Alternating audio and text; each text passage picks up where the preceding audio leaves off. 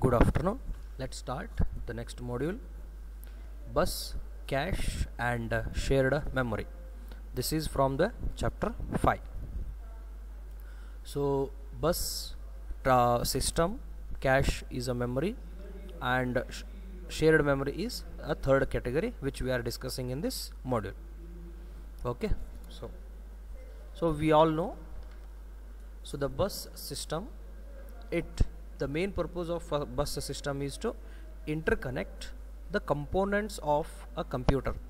So what are the main components of a computer are peripherals, that means input output device, processor, that is a CPU, memory where we store all the data. So we all know in our basic computer architecture, one block will be in the middle, it will be processor, left we call it as input, right side we call it as output, and the bottom side we write memory. So what happens, we will give the input through input devices to processor. If it requires a data, it will load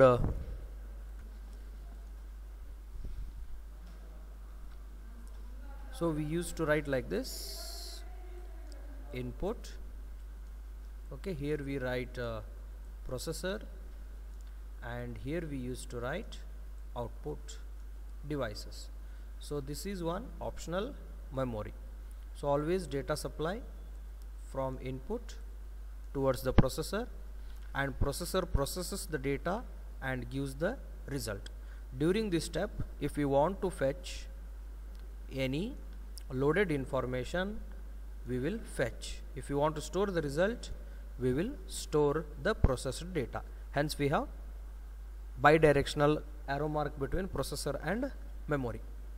Okay, so the main purpose of bus system is, see here, this is one bus architecture, this will be one more type, okay, and this will be the third type. Okay, generally we will have many of the different different bus system, some particularly for input, some particularly for output, some systems of the bus particularly for interfacing between processor and memory. Okay, one important point here is, at any time of a allocation, the bus system will be allocated for only one processor. We cannot allocate it for multiple processors. Say this is one bus system, means carrier.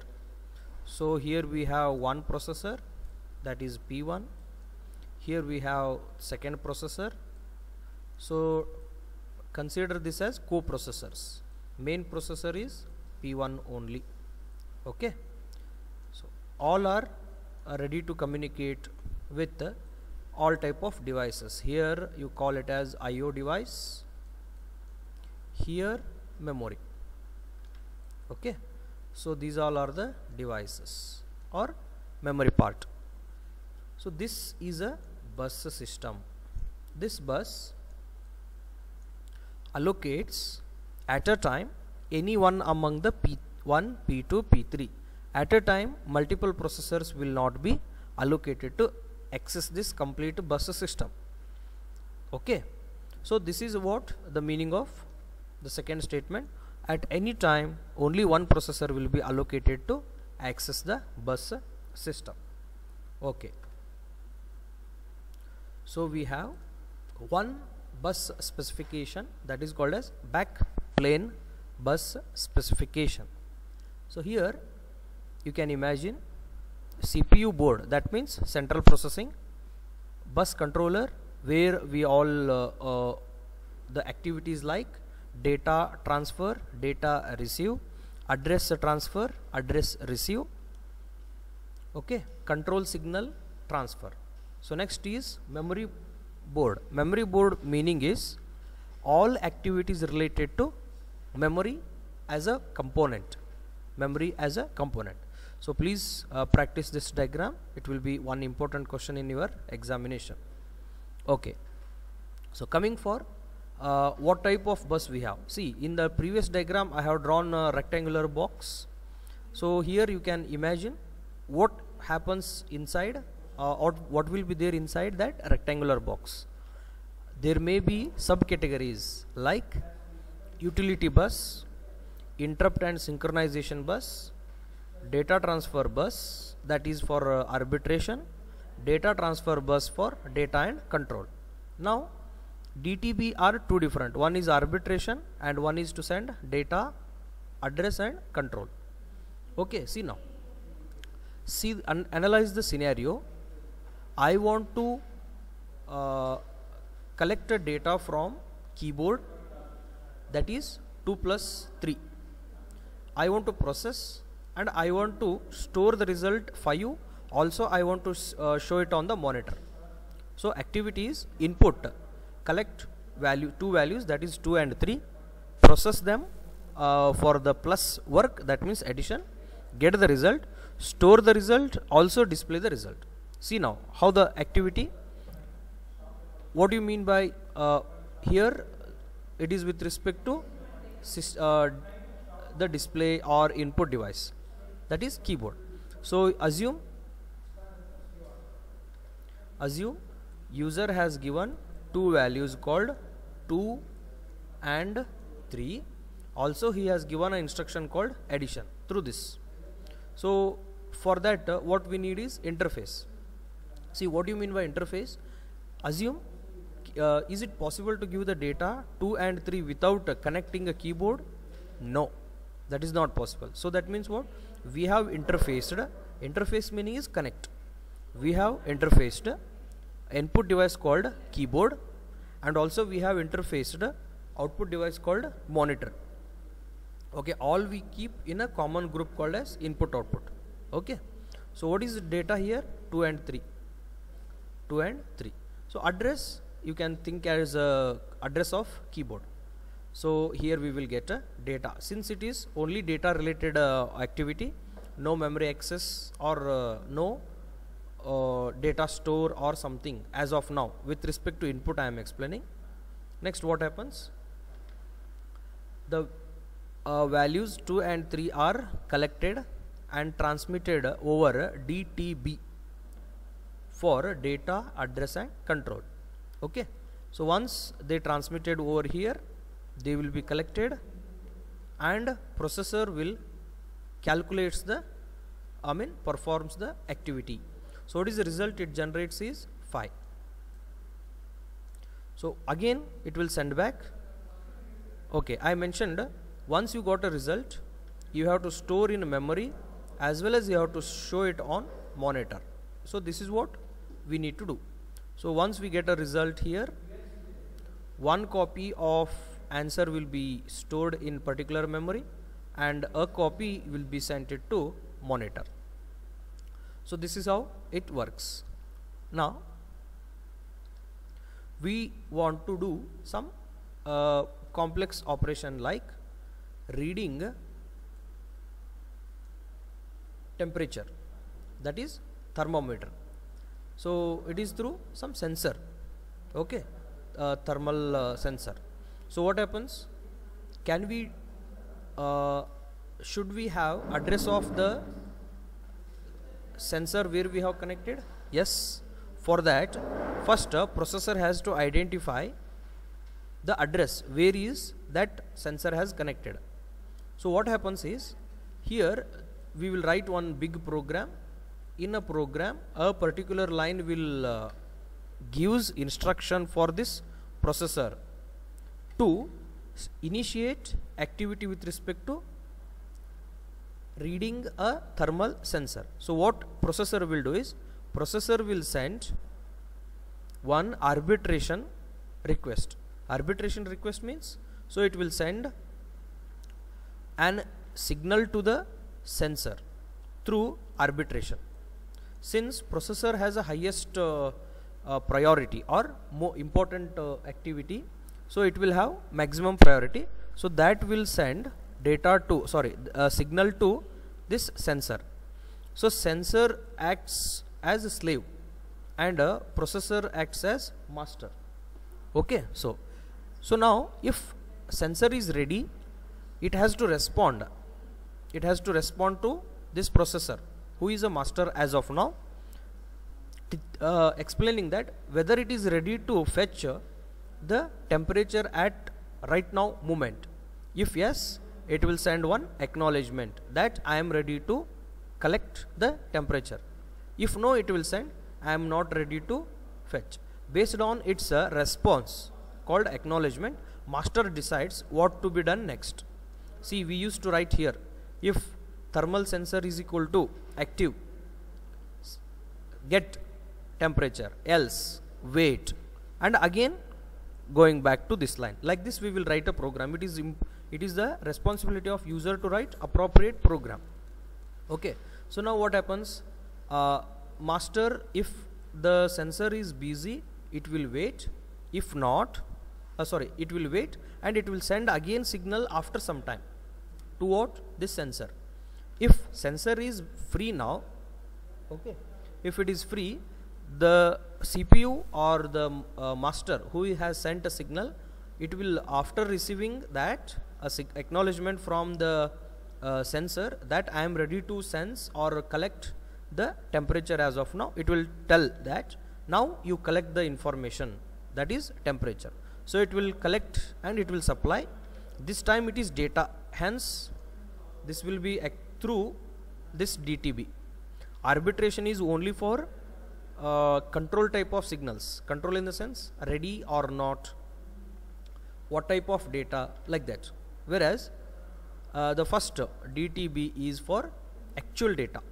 Okay, so if it is successfully collected the data, that is temperature, it will send to processor. So once master collects the temperature of that moment, it may use it for further calculations, which we have wrote in our next line of the programs. Okay, now what is use of interrupt? Okay, you all know the definition of interrupt. So now what happened is, assume it is the sensor is ready to fetch the present temperature. So during this time,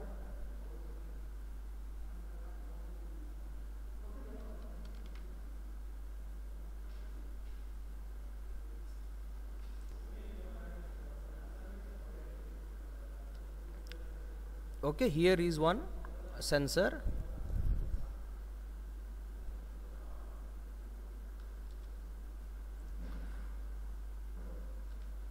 Okay, so now I want to explain this interrupt.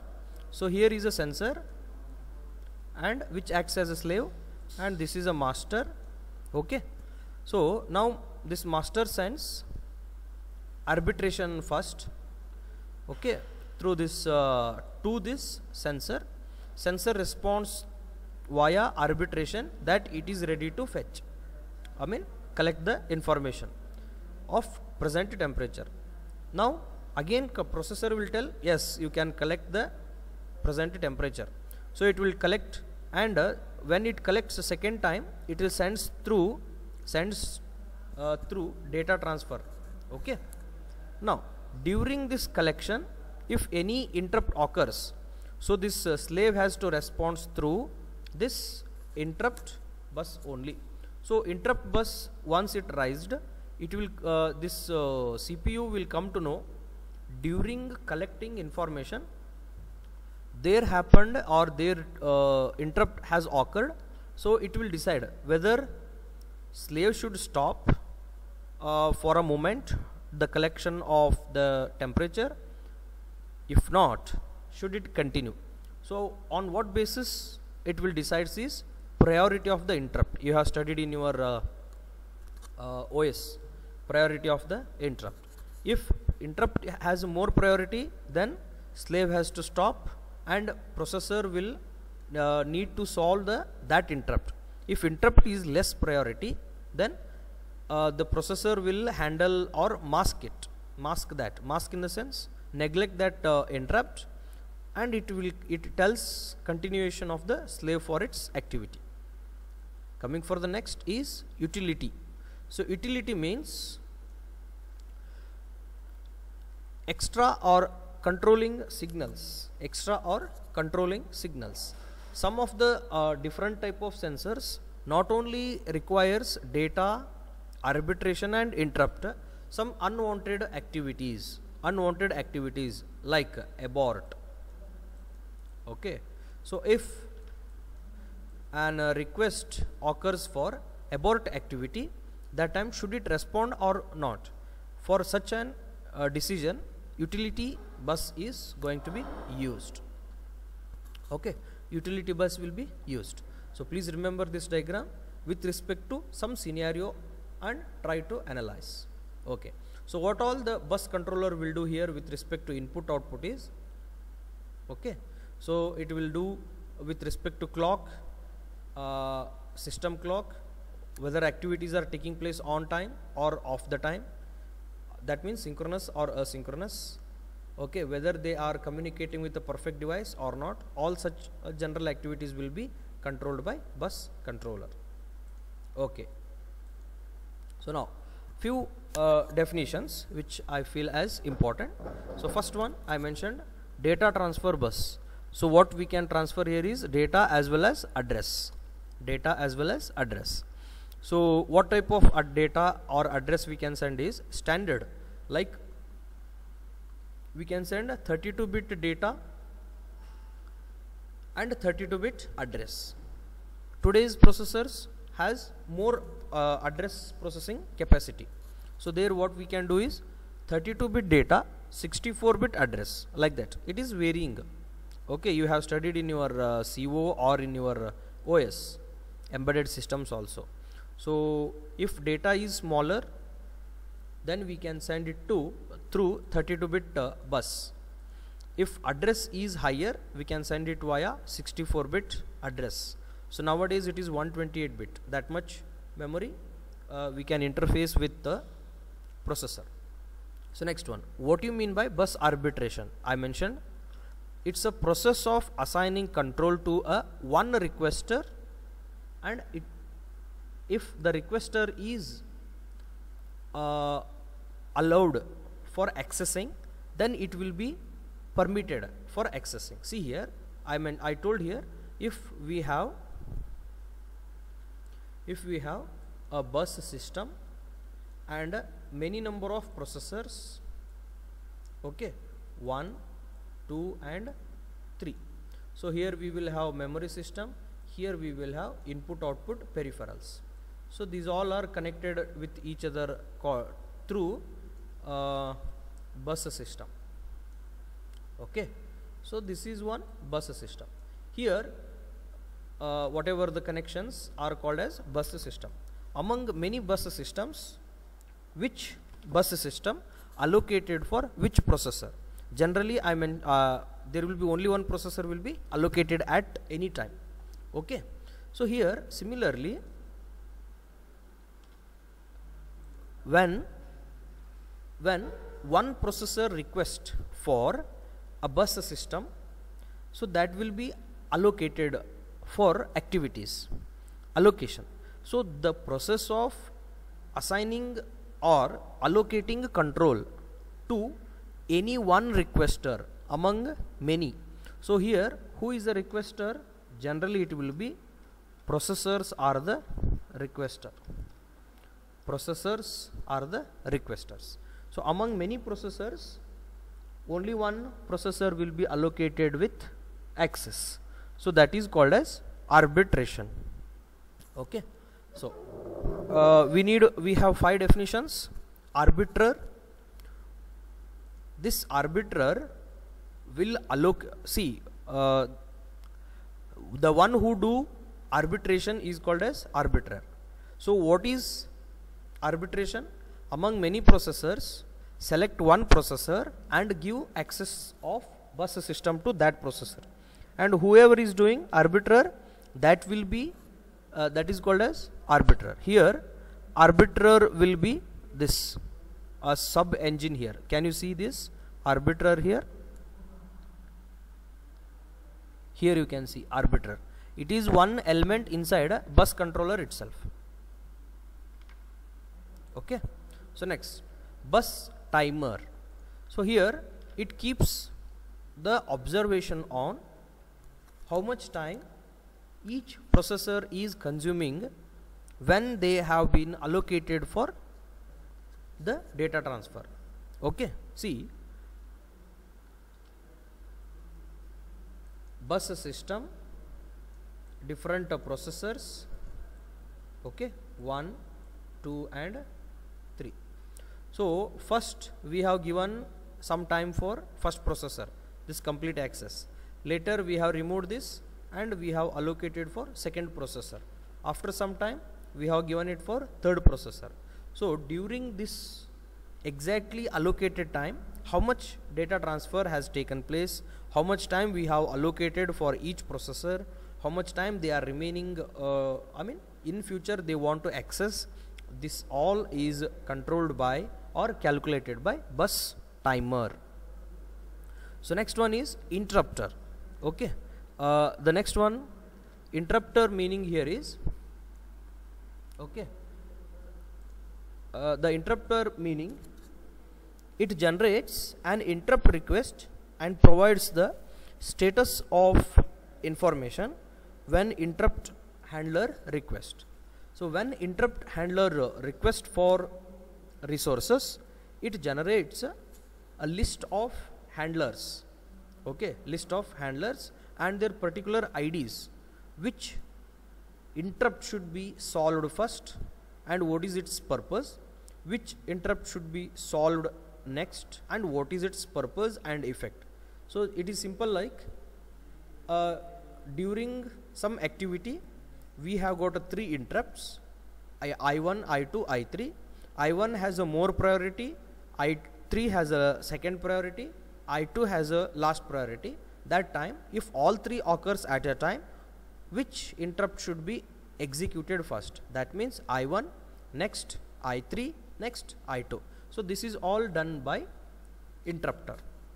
So next one is location monitor. So this is to identify where the data is present. So here can you guess between which 2 components location monitor acts?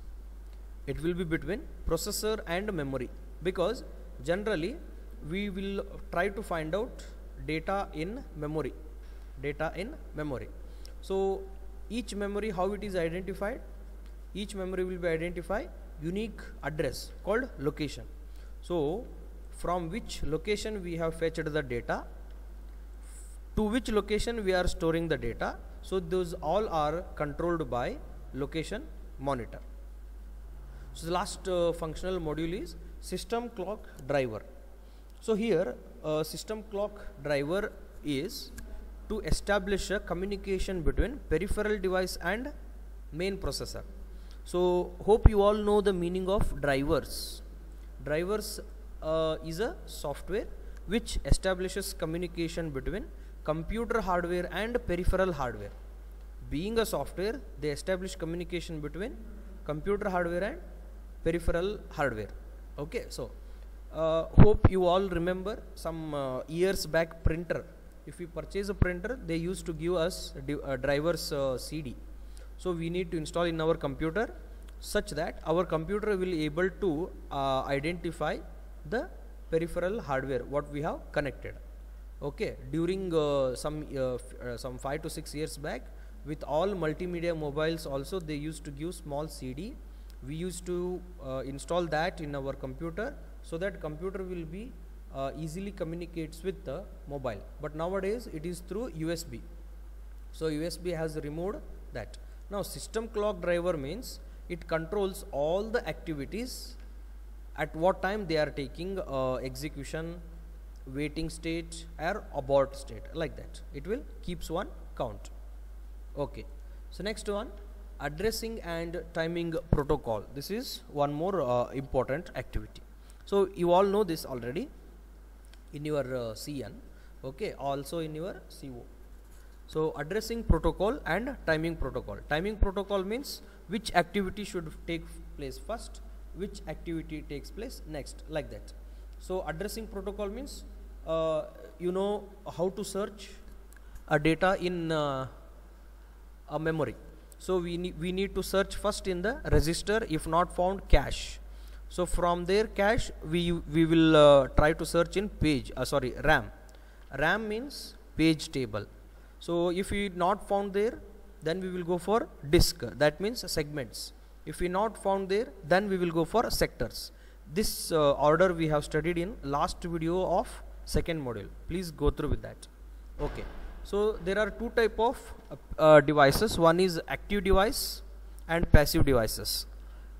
Any bus system, active device means who will decide which processor has to communicate.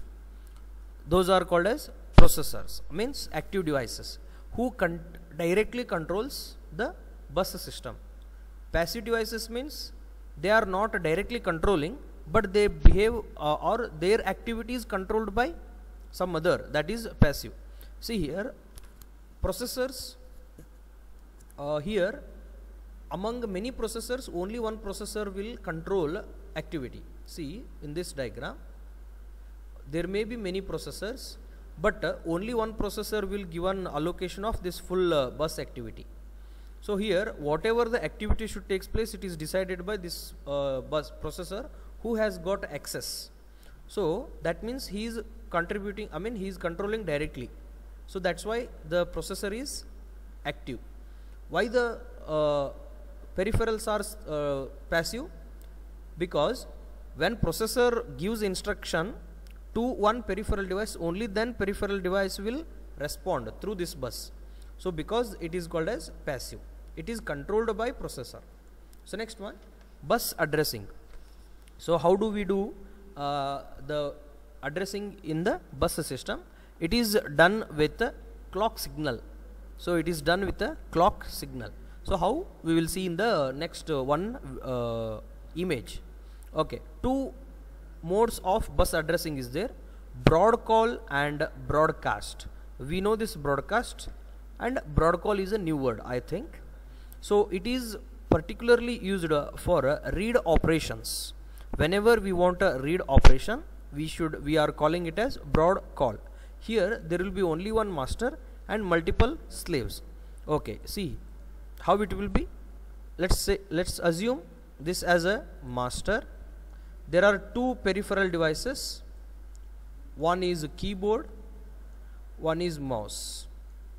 One is keyboard and one is mouse. So what it will do is monitor request for master, which is a processor.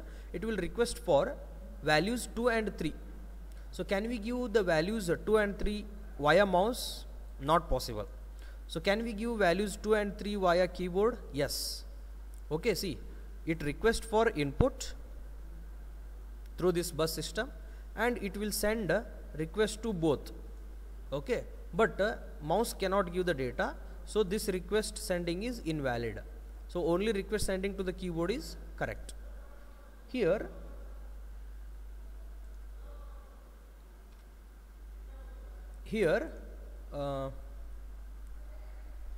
now data will be collected. Data will be collected by processor. So that is called as a read operation. So here single master will send the data request for all the slaves. All the slaves here are, one is keyboard and one is monitor. Next, one is keyboard and one is mouse. Next scenario, broadcast. Broadcast we should use only when it is a write operation. So here, coming back to this previous diagram. Okay, so here is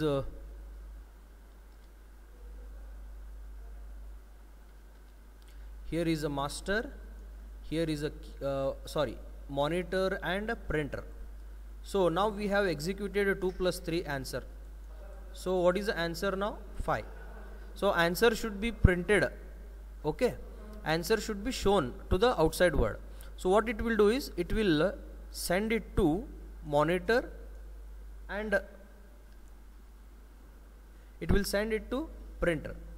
So who is the correct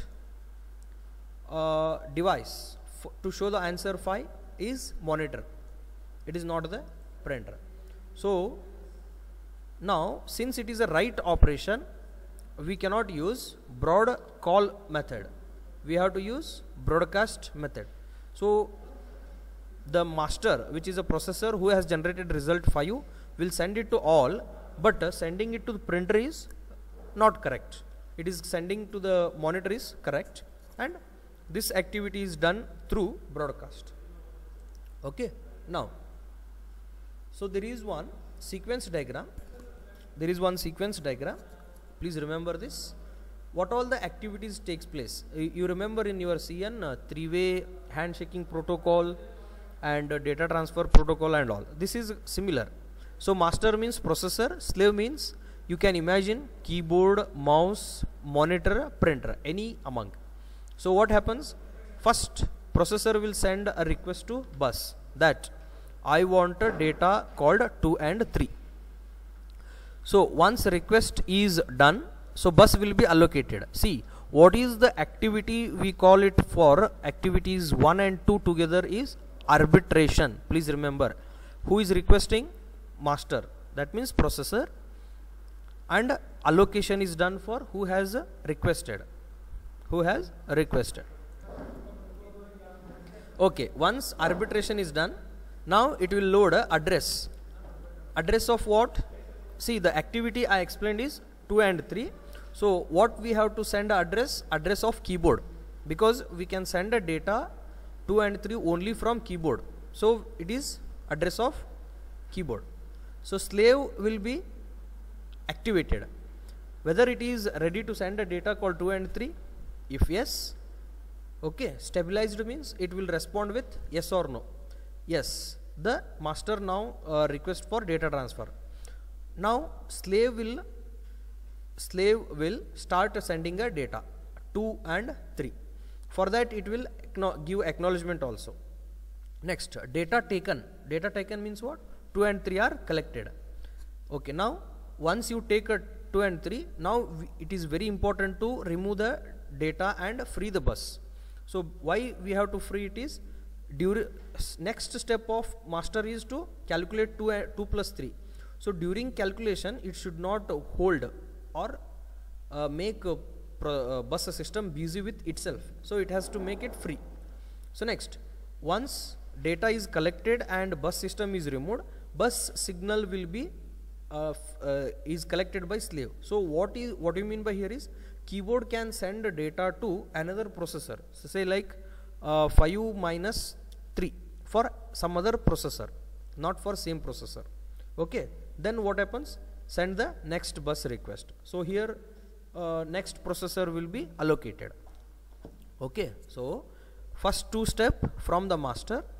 Next, address of keyboard, it will respond whether it is ready or not. Signal data transfer, that means it will start collecting the data. It takes the stabilized data, that means through the keyboard or any particular input device, and it will give acknowledgement also that I have sent data successfully. After collecting a data, it should remove, it should make bus free so that it can be used for some other activities. So once bus is free, we can use the bus for some other activities. Okay.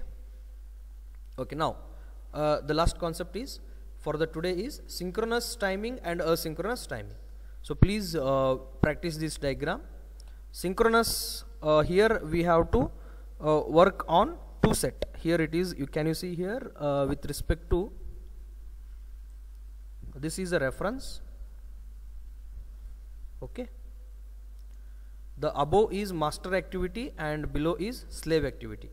Okay, and we took activities for rising edge of the clock. Can you see here? Rising edge of the clock in both the 3 scenarios. So falling edge means don't change activity. See here, it is a falling edge, activity is not changed. First, data line will send an address. If it is ready, it will respond only if it is a clock rising edge. What slave will do is, slave cannot respond immediately. Slave will start responding only when it is a rising edge. Okay, data will be collected by whatever the data is on the data line. Okay, so similar activities for next 2 clock cycles. So here the activities are taking place with respect to clock rate or clock time. Okay, that is why we call it as synchronous. So asynchronous means for any rising edge the data collection may take place little later in the sense, for since clock itself is not fixed length, so activities will take place later part. See here, this is a rising edge of master, rising edge of the slave.